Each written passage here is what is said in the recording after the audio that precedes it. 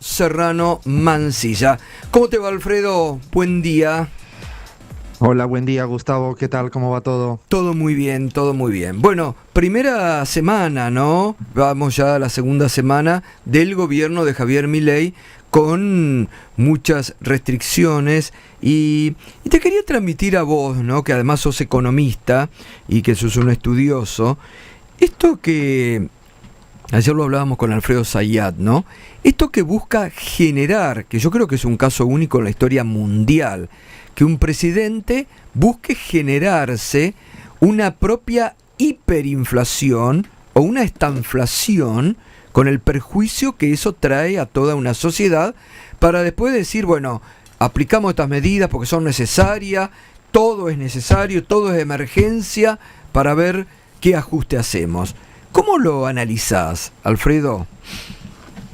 Yo estoy muy preocupado, Gustavo, porque creo que cuando alguien le pide a la ciudadanía, a la gente, a un grupo de personas, que se sacrifique hasta el punto de llegar a tener que pasar penurias y hambre, es decir, pedirle a la gente, no como decía Angela Merkel, que viva por debajo de sus posibilidades a alemanes que ya tenían un nivel de vida relativamente alto. Estamos hablando de que en la Argentina lo que está haciendo Milei, Caputo y su equipo es pedirle, y digo su equipo porque también están buena parte del arco mediático argentino, que están militando esa idea del sacrificio, pero llevado al extremo, de tal manera que se naturalice, se normalice y se vea hasta con buenos ojos pasarlo muy mal hasta el punto de tener que pasar hambre.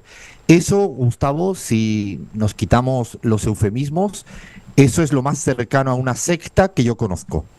Es lo más sectario. Las sectas a nivel mundial lo que a veces fuerzan es que lleguen sacrificios tan extremos hasta que la gente pueda llegar a morir de hambre. Y hay muchos casos en el mundo que se piden sacrificios para que la gente acabe muriendo de hambre o pasando penurias. Por eso digo que me preocupa mucho, porque lo que está haciendo Milei y su equipo están librando una batalla cultural muy importante en la Argentina. Una batalla cultural que es, por primera vez, y esto sí que no lo había visto nunca yo tan directamente, es que se sacrifique la gente pasando penurias y hambre. Esto se trata de una batalla cultural hacia adelante. Quieren de alguna manera que la ciudadanía argentina se malacostumbre a tener que vivir en este tipo de condiciones. Y para eso, Gustavo, para esa batalla cultural que están librando, para esa suerte de secta que están construyendo en la Argentina, es fundamental la hiperinflación. Por eso lo están propagando. Por eso necesitan tener precios absolutamente inasumibles por la ciudadanía, no de bienes de lujo, porque uno puede llegar a entender que pudiera tener una discusión sobre determinados precios de determinados bienes de lujo, no, sobre la leche, el pollo, la carne, el pan. La hiperinflación la necesitan para librar una batalla cultural e, insisto, llevarnos a un camino que a mí me parece preocupante, que esto más que un gobierno acabe siendo una secta. Sí, no, y además esto que vos decís muy bien enfocado, Alfredo, porque vemos ya cómo los medios que militan el ajuste alegremente te dicen, bueno, si tenés que comer una comida por día, y bueno, hacé el sacrificio. Yo estoy leyendo en grupos de WhatsApp, por ejemplo, que cómo salen a militar el ajuste, sectores de la sociedad, ¿no? Salen a militar y a decir, bueno, nos tenemos que ajustar todos, tenemos que ser en este punto, en este punto. Es increíble, ¿no? De hecho, esta es la batalla cultural y la hipocresía de todo esto es que los que están diciendo esto con mucha falta de responsabilidad en la tele, en los medios de comunicación por parte de la derecha mediática, estoy seguro que no tienen que sacrificar un litro de leche, o un kilo de carne o un kilo de pan. El problema de la hipocresía de este tipo de portavoces es que efectivamente ellos, a lo mejor su sacrificio puede ser que en vez de comprarse un barco de lujo, se lo van a comprar de un poco menos lujo. En vez de comprarse un coche de altísima gama, va a ser de un poco más baja gama. Y yo creo que ese tipo de hipocresía a mí sí me preocupa, porque verdaderamente creo que han decidido a hacer algo que quizás no se atrevieron en el 2015, la derecha argentina y su arco mediático, y es efectivamente llevarnos al extremo. Y eso sí que es importante, porque yo creo que pocas veces había visto, y te lo prometo que no lo había visto en modelos neoliberales en España y en América Latina, de ser tan claros a la hora de, como tú bien planteas, la militancia de un sacrificio hasta el extremo, porque lo que he venido escuchando de que se puedan sacrificar el número de comidas al día, planteándolo como algo muy normal. Incluso te diría algo, Gustavo, ha hablado muy poco Milei en este tiempo, y sin embargo ha utilizado una palabra que a mí me preocupa, que es la de resiliencia. Lo dijo el día de la Asunción, Sí. y lo volvió a decir en el último encuentro en Bahía de la Plata, en Bahía y Blanca. fíjate que es en Bahía Blanca, perdón, y es la palabra resiliencia utilizada con un objetivo de ser resiliente para pasar hambre. Cuidado que estamos, insisto, librando una batalla cultural que, eso sí, la responsabilidad de todo arco opositor es no dejar pasar esta discusión y no mirar hacia otro lado, no solo ocuparse de cuestiones institucionales. Yo creo que ahora mismo hay una orfandad de voces en el lado más opositor a este gobierno que, si siguen calladas y callados, a mí sí me preocupa en el corto mediano plazo. Sí, eso es preocupante. ¿Qué cosa? Porque lo mismo ocurrió en el 2015. Esto que referentes, ¿no?, del peronismo o de sectores internos del peronismo que pierden una elección y en lugar de hacer autocrítica, la única postura que toman es el silencio, es el abandono de las personas. Porque digo, hay una oposición que se votó un 45% de votos que hoy no tiene representación.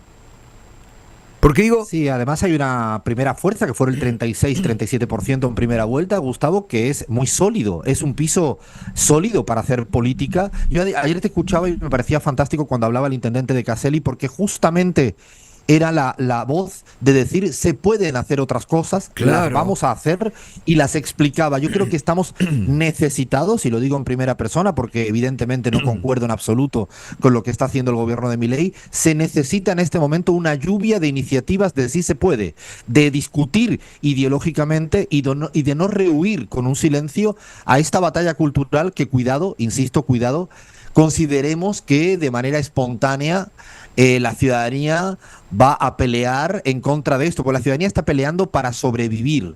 Y cuando la ciudadanía estás peleando para sobrevivir, yo no sería de los que le piden que sea esa misma ciudadanía la que, como dice el propio Milei, ese término que a mí me pone muy nervioso, que es el orden espontáneo, creamos que por orden espontáneo la gente va a salir a las calles. Insistimos, además, con un modelo de represión también nunca visto, que además también te escuchaba hablar al respecto, y es lo más parecido al franquismo que había escuchado mucho tiempo. La represión que está planteando Bullrich respecto a la gente que sale a manifestarse pacíficamente, incluso estableciendo un conjunto de condiciones verdaderamente surrealistas, es lo más propio de dictaduras, y a mí me recuerda, por lo que me contaba mi papá, a cómo en el franquismo precisamente no se podía salir a protestar, insisto, pacíficamente, con otra hipocresía, que es que plantea, y lo dijo creo que ayer la señora Bullrich, la lucha contra el narcotráfico, y sin embargo va a permitir que los que han hecho delito fiscal, incluido el narcotráfico, puedan lavar toda su plata en la Argentina, con un blanqueo nunca visto también en la historia de la Argentina, porque prácticamente se le pone bandeja de plata para que los mismos narcotraficantes, por lo tanto, por eso digo que hay un doble rasero y hay mucha hipocresía respecto a la lucha contra quien la hace la paga. En este caso, los narcotraficantes o los que hicieron delitos fiscales no pareciera que la van a pagar, porque van a tener todas las ventajas para poder blanquear el dinero que no tributaron, como hacemos el resto de ciudadanos. Sí. Bueno, Alfredo, interesante. Esto me parece que es central lo que has puesto hoy sobre la mesa, ¿no? El tema de la batalla cultural y la necesidad de una representación, porque además, ¿quién dice que la oposición tiene que acompañar, que acatar? Si han presentado otro proyecto de país que está totalmente opuesto a este que presenta hoy el presidente y el gobierno de turno, ¿no? ¿Quién dice Pero además, que, Gustavo, que la oposición tiene que acatar en silencio, ¿no?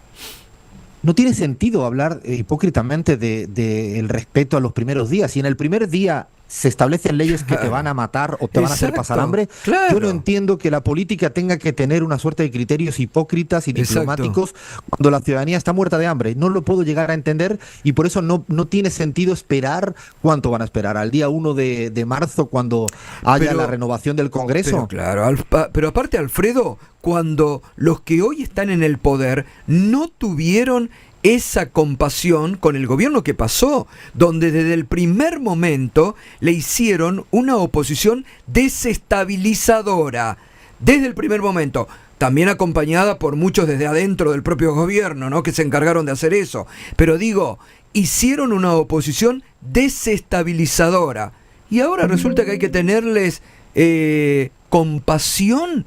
Me parece que están equivocados, ¿no?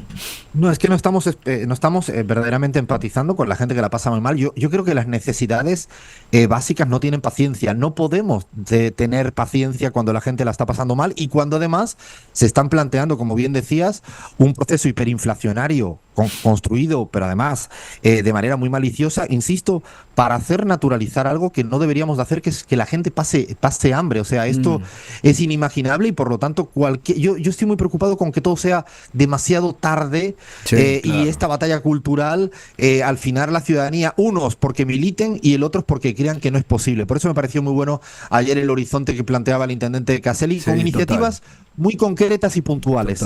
Sí, sí. Y que además de esta cuestión de la batalla cultural, me parece que hay un juego de tiempos, ¿no?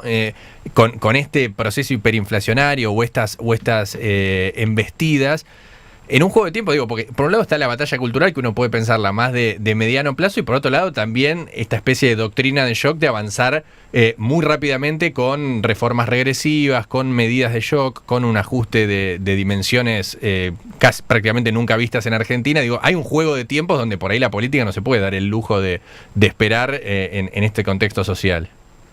Y el mileísmo y el macrismo lo que aprendieron del 2015, y por eso ellos discuten el tema del shock y el gradualismo, como tú bien planteas, es que ellos están intentando hacer un cambio estructural en el menor corto tiempo posible, con el objetivo de que se cambien las estructuras económicas, normalicemos la hiperinflación, en vez de luchar contra la inflación.